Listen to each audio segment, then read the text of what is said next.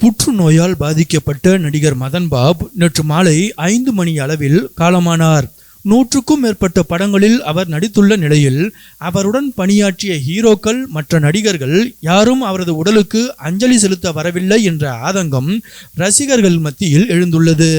கலகலப்பான சிரிப்புக்கு புகழ்பெற்ற மதன் பாப் தன்னுடைய உடல் மொழி, அப்பாவித்தனமான சிரிப்பு, குணச்சித்திர நடிப்பு, நகைச்சுவை ஆகியவற்றால் ரசிகர்கள் மனதில் தனி இடம் பிடித்தவர். 1984 மதன் பாப் சினிமாவில் அறிமுகமானார். கிட்டத்தட்ட 40 வருடங்கள் சினிமாவில் நடித்துள்ளார். அதிலும் குறிப்பாக ரஜினியுடன் உழைப்பாளி, கமலுடன் நம்மவர், தேவர் மகன், விஜயுடன் பூவே உனக்காக, அஜித்துடன் ஆசை, சூர்யாவுடன் உன்னை நினைத்து, நேருக்கு நேர் மற்றும் விஜயகாந்த், பிரசாந்த், கார்த்திக், மாதவன் என பல முன்னணி நடிகர்களுடன் நடித்துள்ளார். தமிழ் மட்டும் இல்லாமல் தெலுங்கு, மலையாளம், ஹிந்தி என பல்வேறு மொழிகளிலும் நடித்து மதன் பாப் பிரபலமானவர். சன் டிவியில் ஒளிபரப்பான அசத்த போவது யாரு நிகழ்ச்சியில் நடுவராக இருந்தார்.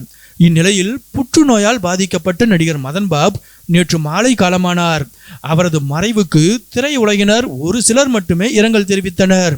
அதே நேரம் KS ரவிக்குமார், SV சேகர், நிழல்கள் ரவி, நாசர், SA சந்திரசேகர், மதுரை முத்து ஆகியோர் நேரில் வந்து மதன் பாப் உடலுக்கு அஞ்சலி செலுத்தினர்.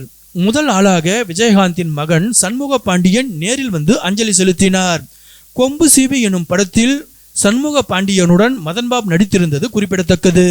மற்றபடி வேறு எந்த முன்னணி நடிகர்களும் மதன் பாப் உடலுக்கு நேரில் வந்து அஞ்சலி செலுத்தவில்லை என்பதுடன் இரங்கல் பதிவு கூட வெளியிடவில்லை என ரசிகர்கள் ஆதங்கம் தெரிவித்து வருகின்றனர்.